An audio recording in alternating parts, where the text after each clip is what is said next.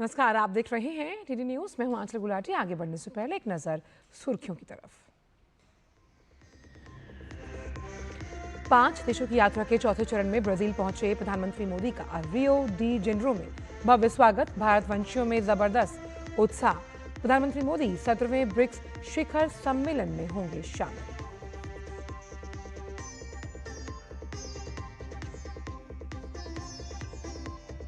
प्रधानमंत्री नरेंद्र मोदी ने अर्जेंटीना के राष्ट्रपति के साथ की प्रतिनिधिमंडल स्तर की वार्ता। दोनों देशों का व्यापार, अंतरिक्ष, स्वास्थ्य, फार्मा समेत कई क्षेत्रों में सहयोग बढ़ाने पर जोर।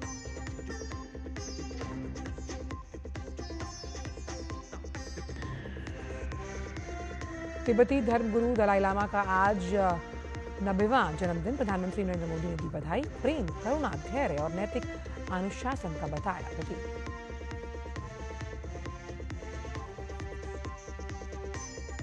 अंतर्राष्ट्रीय खबरों में गाजा बंधक और युद्ध विराम समझौतों के लिए इजरायल कतर भेजेगा वार्ताकार।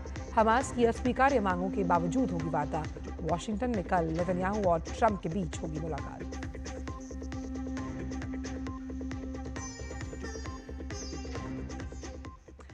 और अब जानते हैं सभी खबरों को विस्तार के साथ। 5 देशों की यात्रा के चौथे चरण में प्रधानमंत्री नरेंद्र मोदी ब्राजील के दौरे पर हैं।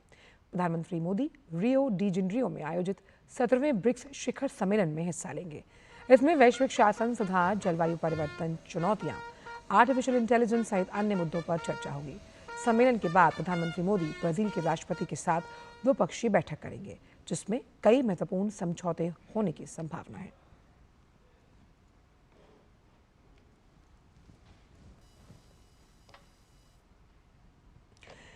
प्रधानमंत्री नरेंद्र मोदी जब ब्राजील के रियो डी जेनेरो के होटल पहुंचे तो वहां बड़ी संख्या में मौजूद भारतवंशियों ने उनका भव्य स्वागत किया। इस मौके पर बच्चों से लेकर बुजुर्गों तक की मौजूदगी देखी गई। उन्होंने प्रधानमंत्री मोदी की अगवानी ढोल, नगाड़ों और नारों के उद्घोष के साथ की। कई लोगों ने प्रधानमंत्री के साथ संवाद किया, उनकी एक झलक पाकर खुशी जताई। गौरतलब है कि बड़ी संख्या में ब्राजील में भारतीय रहते हैं।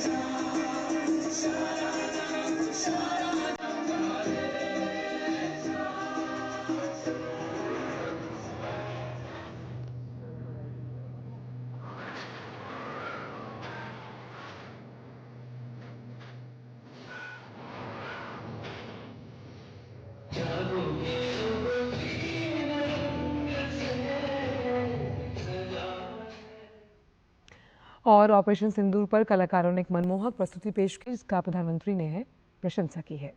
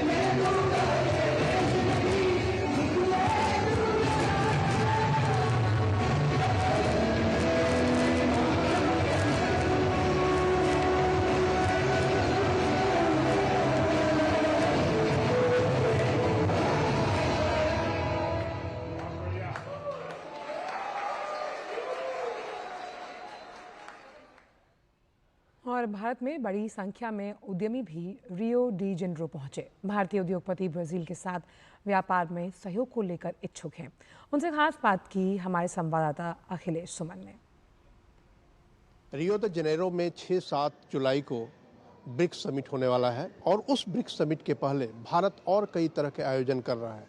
तो क्या होगा जब ब्राज़ील और इंडिया मिलेंगे, इस पर यह सम्मेलन यहाँ हो रहा है। और इस सम्मेलन में हमारे साथ हैं कई लोग जो भारत के इंडस्ट्रियलिस्ट हैं और जो ब्राज़ील के साथ मिलकर नए तरीके का संबंध विकसित करना चाहते हैं। मोदी जी और प्रेसिडेंट लूला के बीच में बात होगी और ब्रिक्स सम्मेलन भी हो रहा है, तो इसमें कुछ आप सोच रहे हैं कि राहत कुछ मिलेगा? हाँ, टैरिफ में बड़ा राहत मिलेगा और जो यूरो नॉर्म्स हैं, यूरो 6 था यहाँ पे और इंडिया में BS6 चल रहा है। अब दोनों में जाके ऑलमोस्ट सिमिलरिटी हो गई है। अब इस पे समझौता होगा दोनों की जो भारत के मोदी साहब मिलेंगे और जो ब्राज़ील के प्रधानमंत्री साहब मिलेंगे, वो दोनों के बीच ये बातचीत होगी कि फ्री ट्रेड होगा और टैरिफ रेट में हमारा एक डिमांड ऑटोमोबाइल इंडस्ट्री की रही। मेरे को यहाँ पे बहुत खुशी हुई है ये देख के कि यहाँ पे भी बहुत चर्चा चल रही है स्टार्टअप्स को लेके, और मेरी उम्मीद है हमारे प्रधानमंत्री से कि इंडियन स्टार्टअप्स के लिए जो पूंजी चाहिए, जो कोई भी मार्केट ओपनिंग करनी है यहाँ के लिए, वो करें। प्रधानमंत्री मोदी जी ने इंडियन स्टार्टअप्स को बहुत प्रोत्साहन करा है। यहाँ पे ब्राज़ील के अंदर ड्यूटी 10 से 35% है, वो हम चाहते हैं कि कम हो जाए तो एक दूसरे के बीच में बहुत बड़ा ट्रेड हो सकता है, because India is the best manufacturing place for in general. मैं यहाँ पे टेक्सटाइल एक्सपोर्ट और इंपोर्ट की यहाँ पे आया हूँ और काफ़ी कुछ अच्छा डेवलपमेंट यहाँ पे मिला है। हमारी एक हेल्थ टेक कंपनी है और हम मूलतः काम कर रहे हैं जो डिजिटल, जो स्मार्ट इकोनॉमी आज के है, वो सेफ भी नहीं है उतना, क्योंकि उसमें खतरे हैं जो शरीर के स्वास्थ्य पे और सेफ्टी पे भी उसका असर है। तो हम लोग विश्व के पहले लोग हैं जो सिग्नल क्वालिटी और स्ट्रेंथ को बगैर चेंज किए उसकी जो हानिकारक जो पद्धति है उसको हम ठीक कर सकते हैं। ब्राज़ील और भारत जब मिलेंगे तो कई क्षेत्रों में सहयोग की संभावनाएं हैं और जो अंदर सम्मेलन चला है उस सम्मेलन में ब्राज़ील के अधिकारी मौजूद हैं और ब्राज़ील के बिजनेसमैन मौजूद हैं, भारत के अधिकारी मौजूद हैं और भारत के बिजनेसमैन मौजूद हैं। तो निश्चित तौर पे ब्रिक्स समिट के बाद जब प्रधानमंत्री नरेंद्र मोदी प्रेसिडेंट लूला से मिलेंगे तो दोनों देशों के बीच में चुनौतियां क्या हैं व्यापार में और दोनों देशों के बीच व्यापार में अवसर क्या है, इन सारी चीज़ों पर विचार होगा। DD न्यूज़ के लिए कैमरा पर्सन पीयूष के साथ मैं अखिलेश सुमन, रियो द जेनेरियो से। और ग्लोबल साउथ के दो अहम देश हैं भारत और ब्राज़ील, और दोनों कृषि प्रधान देश हैं। दोनों तरफ की सरकारों का जोर कृषि के क्षेत्र में सहयोग बढ़ाने पर है। आइए देखते हैं, इस पर हमारे संवाददाता अखिलेश सुमन ने बात की है भारत और ब्राज़ील के 2 कृषि व्यवसायियों के साथ, जिन्होंने बताया कि आपसी सहयोग से दोनों देशों के जो किसान हैं और कृषि क्षेत्र से जुड़े जो उद्योग हैं उन्हें काफ़ी फायदा होगा।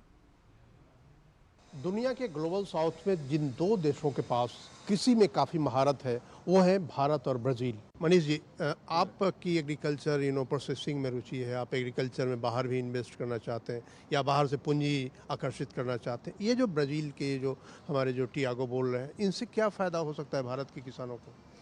देखिए, भारत के किसानों को बहुत फ़ायदा हो सकता है। जो मैं अभी इनकी टेक्नोलॉजी देख रहा हूँ, जो इन लोगों की बातें भी सुनी हैं, तो उससे लग रहा है कि ये लोग काफ़ी ऑर्गेनाइज्ड हैं और इनके जो टेक्नोलॉजी यूज़ कर रहे हैं फार्मिंग के लिए, वो हमारे देश के लिए बहुत फ़ायदेमंद हो सकती है।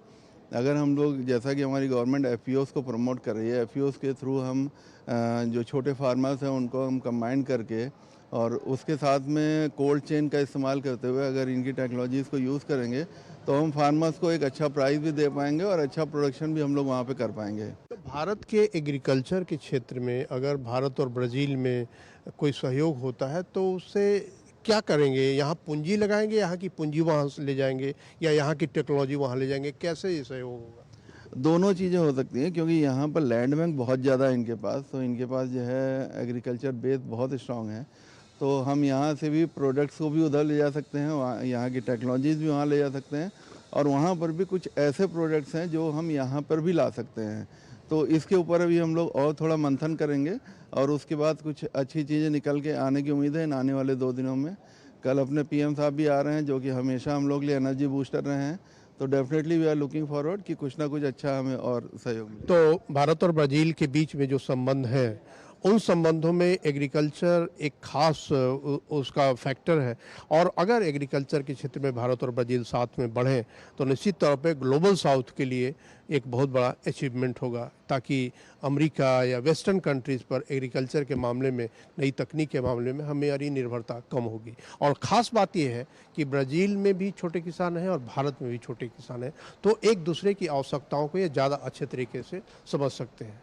कैमरा पर्सन पीयूष के साथ रियो द जेनेरियो से मैं अखिलेश सुमन, डीडी न्यूज़ के लिए।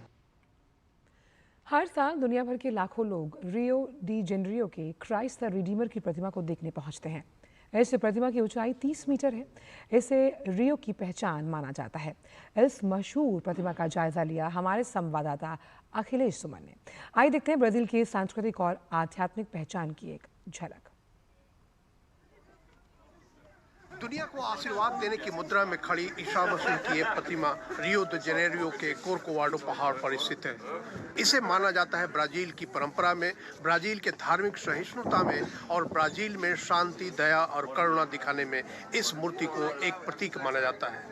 इस मूर्ति के माध्यम से दुनिया के लोगों को यह संदेश देने की कोशिश होती है कि अगर गंभीर से गंभीर संकट का भी सामना करना हो तो आदमी पहाड़ पर भी चढ़कर मूर्तियां मिरेकल कर सकता है। रियो द जेनेरियो में इस मूर्ति के अगल बगल आप देखेंगे तो तरह तरह के दृश्य हैं। इस दृश्य को देखकर आपको लगेगा कि ये दृश्य जो है समुद्र का है, ये दृश्य पहाड़ का है और ये दृश्य मानव के उस सारे प्रयास का है जो मानव जाति को, मानव प्रजाति को खूबसूरत बनाते हैं। तो इसी रियो द जेनेरियो में इस बार का ब्रिक्स सम्मेलन आयोजित किया गया है और इस ब्रिक्स सम्मेलन में दुनिया के कई ग्लोबल साउथ के देश शामिल होने वाले हैं और प्रधानमंत्री नरेंद्र मोदी भी यहाँ आए हैं। अखिलेश सुमन, रियो द जेनेरियो से कैमरा पर्सन जयशंकर के साथ डीडी न्यूज़ के लिए। और ब्राज़ील में भारतीय सांस्कृतिक संबंध परिषद की निदेशक डॉक्टर ज्योति शुक्ला ने बताया कि कैसे भारत की सॉफ्ट डिप्लोमेसी की वजह से दोनों देशों की सरकारों के साथ साथ जनता भी करीब आ रही है और ये दोनों देशों की डिप्लोमेसी को भी बल प्रदान कर रही है। डॉक्टर ज्योति किरण शुक्ला है हमारे साथ, ये ICCR की डायरेक्टर है ब्राज़ील में। डॉक्टर शुक्ला, ये भारत ब्राज़ील में कैसा है? भारत ब्राज़ील में देदीप्यमान है। भारत की संस्कृति के प्रति जिस प्रकार का रुचि है, जिस प्रकार का गहरा आत्मीयता है और जिस प्रकार की जिज्ञासा है, ऐसा बहुत कम जगह है। ब्राज़ीलियन भारत से प्रेम करते हैं, भारत के बारे में जानना चाहते हैं, भारत को देखना चाहते हैं, भारत के बारे में सीखना चाहते हैं। आप इन लोगों को कैसे सिखा रही हैं, कैसे बता रही हैं? देखिए, ऐसा है कि ICCR का सेंटर यानी कि स्वामी विवेकानंद कल्चर सेंटर जो साओ पाउलो में है, हम योगा की क्लासेस लेते हैं, हम हिंदी की क्लासेस लेते हैं, हम कुछ संस्कृत सिखाते हैं, हम ऑनलाइन क्लासेस लेते हैं, भारतीय परफॉर्मिंग आर्ट्स की हम ओडिसी सिखाते हैं और उसके अतिरिक्त हमारे 3 बहुत महत्वपूर्ण प्रोजेक्ट हैं। पहला कैंपस कनेक्ट यानी हम यूनिवर्सिटी स्टूडेंट्स से जोड़ते हैं सेंटर को। दूसरा हमारा है एक्सपीरियंस इंडिया डे, जिसमें हम यूनिवर्सिटी के जो विद्यार्थी हैं, जो यंग विद्यार्थी, यंग स्टूडेंट्स स्कूल और कॉलेज के, उसके साथ हम यूनिवर्सिटी के जितने भी प्रोफेसर्स हैं यानी एकेडमिक कनेक्ट की बात करते हैं, उन्हें हम भारत का परिचय देते हैं। एक पूरा दिन अपने यहाँ रखते हैं और अनुभव देते हैं कि भारत है क्या। तीसरा हमारा प्रोजेक्ट है इंडिया इन योर लाइब्रेरी, यानी जो यहाँ की लाइब्रेरीज़ हैं, यहाँ पढ़ने की आदत बहुत अच्छी है, लोग बहुत पढ़ते हैं, लेकिन अनफॉर्चुनेटली लाइब्रेरी में भारत के बारे में इतनी किताबें नहीं है। अब पिछले 10 साल में किताबों की संख्या बढ़ी है, रुचि बढ़ी है, उत्साह बढ़ा है। और क्या पोर्तुगीज में वो किताबें आप देते हैं? नहीं, हम अंग्रेजी में भी उपलब्ध कराते हैं और कुछ अनुवाद का भी हम काम करते हैं। सबसे महत्वपूर्ण बात है, अभी हम यहाँ होम प्रोडक्शन कर रहे हैं अपना, जिसमें हम एक मंत्र का पूरा DVD प्रोड्यूस कर रहे हैं, जिसे हमने कहा है कि मंत्रा फ्रॉम ब्राज़ील, उसका जल्दी लॉन्च होने वाला है। इसके अतिरिक्त ब्राज़ील बहुत ऐसा देश है जहाँ संगीत के प्रति बहुत आकर्षण है, नृत्य के प्रति। तो हमने कार्निवल में पिछली बार ICCR की ओर से, भारत के कॉन्सुलेट की ओर से, हमने पूरा एक बॉलीवुड का सेक्शन हमने कार्निवल में रियो में प्रेजेंट किया और साओ पाउलो में प्रेजेंट किया, जिसमें करीबन 5 से 7 हज़ार लोग आए। भारत और ब्राज़ील राजनयिक तौर पे और व्यापारिक तौर पे और यहाँ तक कि जो राजनयिक पूरा जो ढांचा है पूरे दुनिया का, उस ढांचे में एक दूसरे को करीब आकर यूनाइटेड नेशन में रिफॉर्म की बात कर रहे हैं। उसमें कल्चर का, पीपल टू पीपल कनेक्ट का बहुत ही इम्पोर्टेंट, बहुत ही महत्वपूर्ण योगदान होता है और उसे करने की कोशिश ICCR कर रही है।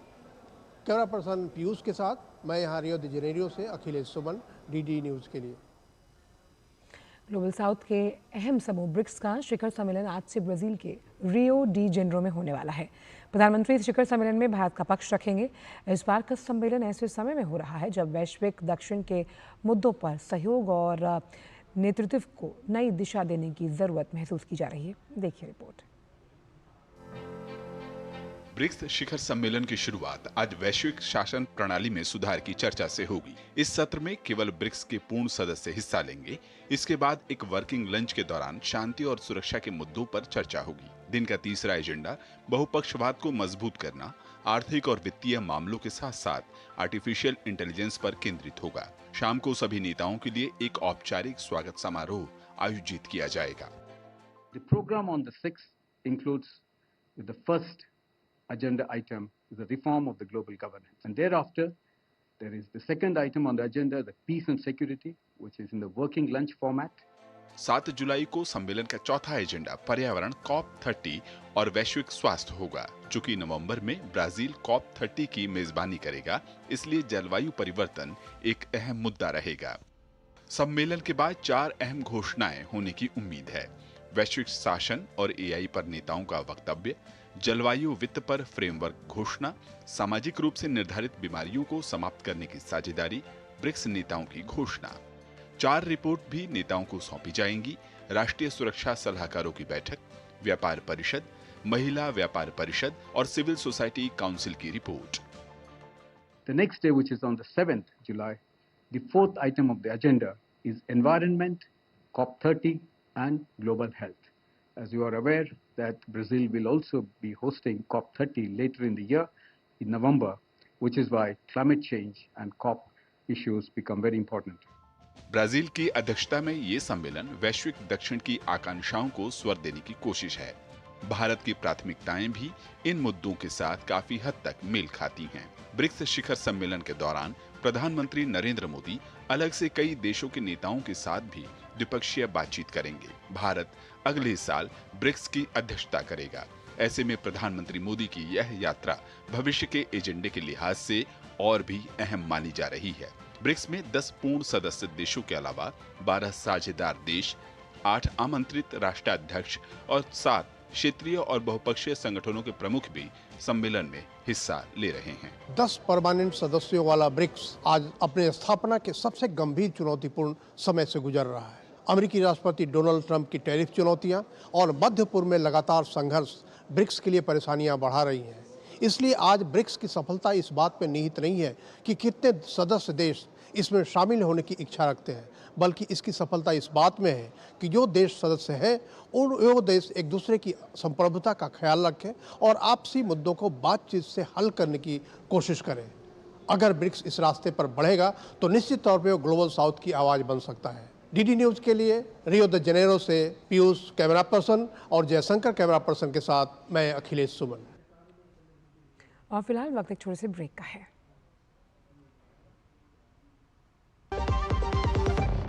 सस्ते वाले दाल मसाले स्वाद हुआ बेकार। MDH की हल्दी मिर्ची धनिया करे कमाल। ये रंग दे, ये खुशबू दे, ये तीखा, ये कम पड़े। क्या निराला MDH मसाला।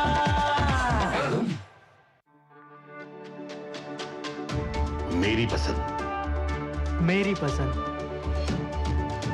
मेरी पसंद, मेरी पसंद, हमारी पसंद, हम सबकी पसंद। मजबूत देश का मजबूत सरिया हो गया स्टील। जो लक्ष्य चुना था समझ आने लगा है। GLA यूनिवर्सिटी, उच्च लक्ष्य की निश्चित प्राप्ति। ब्रेक के बाद सभी का स्वागत। आज तिब्बती धर्मगुरु दलाई लामा का 90वां जन्मदिन है। दलाई लामा के जन्मदिन के अवसर पर प्रधानमंत्री नरेंद्र मोदी ने एक्स पर उन्हें शुभकामनाएं दी। उन्होंने लिखा कि वो प्रेम, करुणा, धैर्य और नैतिक अनुशासन के प्रतीक रहे हैं। उनके संदेश ने सभी धर्मों के लोगों में सम्मान और प्रशंसा को प्रेरित किया। मैं उनके अच्छे स्वास्थ्य की और लंबी आयु की कामना करता हूँ।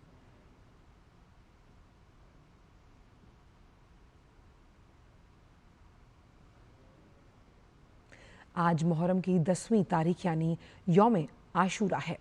मुस्लिम समुदाय इस दिन को पैगंबर हजरत मोहम्मद के नवासे हजरत इमाम हुसैन की शहादत के याद में शोक के रूप में मनाते हैं। प्रधानमंत्री नरेंद्र मोदी ने हजरत इमाम हुसैन की कुर्बानियों को याद करते हुए सोशल मीडिया प्लेटफॉर्म एक्स पर लिखा, हजरत इमाम हुसैन द्वारा की गई कुर्बानियाँ उनकी धार्मिकता के प्रति प्रतिबद्धता को दर्शाती हैं।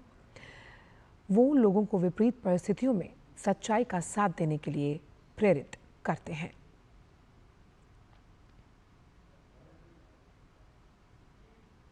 भारतीय जनसंघ के संस्थापक डॉक्टर श्यामा प्रसाद मुखर्जी की आज 124वीं जयंती है।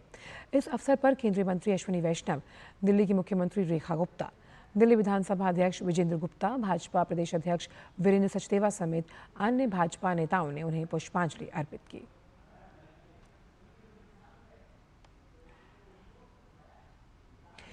खिलौने सिर्फ बच्चों का मनोरंजन ही नहीं करते, बल्कि अब ये भारत की अर्थव्यवस्था का एक बड़ा हिस्सा भी बनते जा रहे हैं। यही दिखाई दे रहा है दिल्ली में चल रहे 16वें इंटरनेशनल टॉय एक्सपो में, जहां बड़ी संख्या में डिजाइनर्स, मैन्युफैक्चरर्स और बायर्स शामिल हो रहे हैं, जो भविष्य के स्मार्ट खिलौनों के साथ इस सेक्टर में उभरते भारत की तस्वीर को भी पेश कर रहे हैं। देखिए हमारे संवाददाता अजीत द्विवेदी की ये खास रिपोर्ट।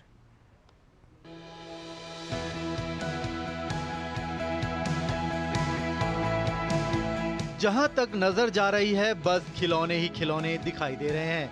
जी हाँ, ये कोई आम मेला नहीं, बल्कि खिलौनों की एक अंतर्राष्ट्रीय दुनिया है जो बसी है भारत की राजधानी नई दिल्ली के भारत मंडपम में। मौका है 16वें इंटरनेशनल टॉय एक्सपो का, जहां परंपरागत लकड़ी के खिलौनों से लेकर AI से लैस स्मार्ट रोबोट तक जैसे खिलौने तो मौजूद हैं ही, साथ ही मनोरंजन के साथ साथ दिमागी कसरत वाले विशेष खिलौने भी हैं। खिलौनों की इतनी वैरायटी शायद ही आपने पहले कभी देखी होगी, जहां खिलौनों का पूरा संसार बसता है। मेक इन इंडिया जो है उस पर ज़्यादा फोकस यहाँ पर किया गया है। कई ऐसी कंपनियां जो कि भारत में खिलौनों का निर्माण कर रही हैं और अंतर्राष्ट्रीय स्तर पर जो है खिलौने यहाँ से विदेशों तक में भेजे जा रहे हैं, वो कंपनियां भी यहाँ पर आई हुई हैं। B2B बिजनेस यहाँ पर हो रहे हैं, डीलिंग्स यहाँ पर हो रही है। तो कई देशों के यहाँ प्रतिनिधि भी आए हुए हैं जो कि यहाँ पर B2B मीटिंग्स यहाँ पर कर रहे हैं। 350 से ज़्यादा कंपनी भाग ले रही हैं और 400 ब्रांड यहाँ पर प्रदर्शित किए गए हैं। हमारा मेन उद्देश्य है देश में खिलौने की उत्पादन को बढ़ाना और डोमेस्टिक मार्केट में अपना शेयर को इंक्रीज़ करना। साथ साथ में हमारे काफ़ी मैन्युफैक्चरर्स एक्सपोर्ट की तरफ जा रहे हैं और एक्सपोर्ट निरंतर हमारा बढ़ रहा है। खिलौनों की ये दुनिया इस क्षेत्र में भारत के बदलते दौर की कहानी बयां कर रही है। यह एक्सपो भारत के पारंपरिक और सांस्कृतिक खिलौनों की विरासत को सहेज भी रहा है। वहीं दूसरी ओर यह आधुनिकता और इनोवेशन की मिसाल भी बन रहा है। भारत अब सिर्फ खिलौनों की मंडी नहीं, बल्कि उनका निर्माता बनकर उभर रहा है, जहां कई कंपनियां इस सेक्टर में मेक इन इंडिया को बढ़ावा दे रही हैं। दुनिया भर के खरीदार जहां बिजनेस डील के लिए पहुंच रहे हैं। गवर्नमेंट हमारा इतना सपोर्ट कर रही है, जो सारा BIS लगा रहे हैं, वो सारे टैक्सेस एंड इम्पोर्ट्स को बैन करना चाह रहे हैं। तो आर फोकस है कि हमारा सब इंडिया में ही प्रोड्यूस हो, बिकॉज सारा इनकम हमारा इंडिया में होना चाहिए। बाहर why should we give it to China और any other foreign countries, why we should not.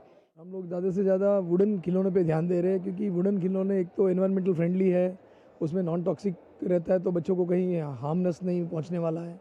दूसरा, इसके अंदर हमने बहुत सारा क्रिएटिव और एजुकेशनल प्रोडक्ट्स पे ध्यान दिया है। भारत अब सिर्फ खिलौनों का बाजार नहीं, बल्कि एक ग्लोबल निर्माता भी बन रहा है। गुणवत्ता और नवाचार के मामले में भारतीय कंपनियां ग्लोबल मैप पर अपनी छाप छोड़ रही हैं। ये एक्सपो 7 जुलाई तक चलेगा, जिसमें कई बड़ी बिजनेस डील तो होगी ही, साथ ही इस क्षेत्र में भविष्य की रूपरेखा भी तय की जाएगी। इंडियन टॉयज इंडस्ट्री लगातार ग्रोथ कर रही है। अगर बात की जाए तो वर्तमान में करीब 2.5 बिलियन अमेरिकी डॉलर का यह व्यापार 2034 में करीब 7 बिलियन अमेरिकी डॉलर तक पहुंचने का अनुमान है। सरकार की नीतियों का परिणाम है कि पिछले 5 सालों में खिलौना उद्योग में 40% की ग्रोथ दर्ज की गई है और कई मेक इन इंडिया कंपनियां जो हैं वो इस सेक्टर में लगातार आगे बढ़ रही हैं। कैमरामैन अरमान खान के साथ अजीत द्विवेदी, DD न्यूज़, भारत मंडपम, नई दिल्ली। और फिलहाल समाचारों में इतना ही। दीजिए इजाजत, नमस्कार।